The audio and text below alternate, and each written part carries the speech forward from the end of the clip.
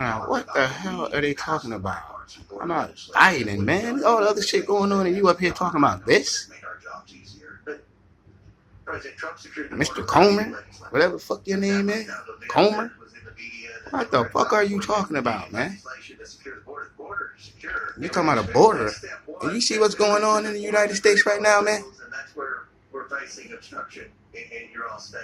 This is a waste of taxpayer money right here, man. Thank you, Mr. Chairman. It's worth saying again that Democrats oppose violence and lawlessness in all its forms. I do want to point out that the vast majority of protesters have been peaceful.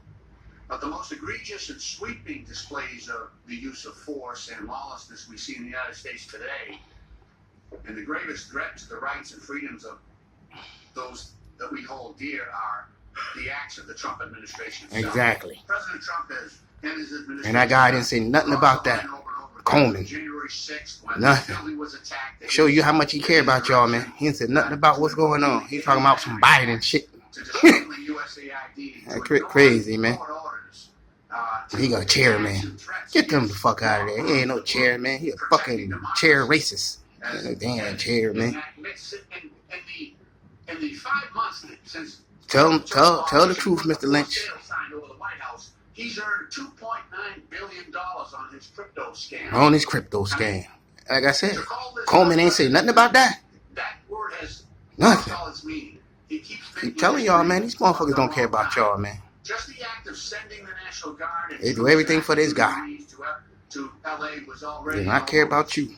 Supposedly, now we hear reports that those soldiers and Marines were sent to, protest, but now are detaining civilians and are being trained to perform immigration enforcement functions. Ms. Perryman, what else could go wrong with the National Guard and Marines deployed in LA? What other risks to the Americans who live, work, and exercise their right to freedom and to free speech there?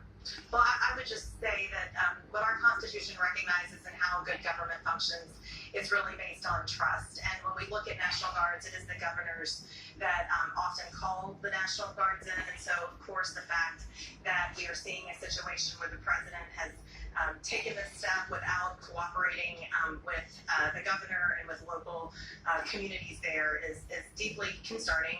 And of course, we know from history that could lead to escalations and could lead to violence that is really problematic for all of our communities across the country, including in Los Angeles. Thank you. Ms. Perryman, Secretary of Defense Pete has talked about the deployment Pete, order. drunken sexual abuse, assault, Hetzef. This order is getting ahead of He should be in jail too as soon as he walk out that freaking White House. White privilege. He should have been in jail, DWI, should have felonies all under his belt. How does the president's broad order and the presumption before the fact that military force would be deployed, how does that pose a threat to other cities across the country? Well, again, it appears to be an escalation, and the main thing that's really important to so many Americans across the country. We're going to pull out, but that gives you a little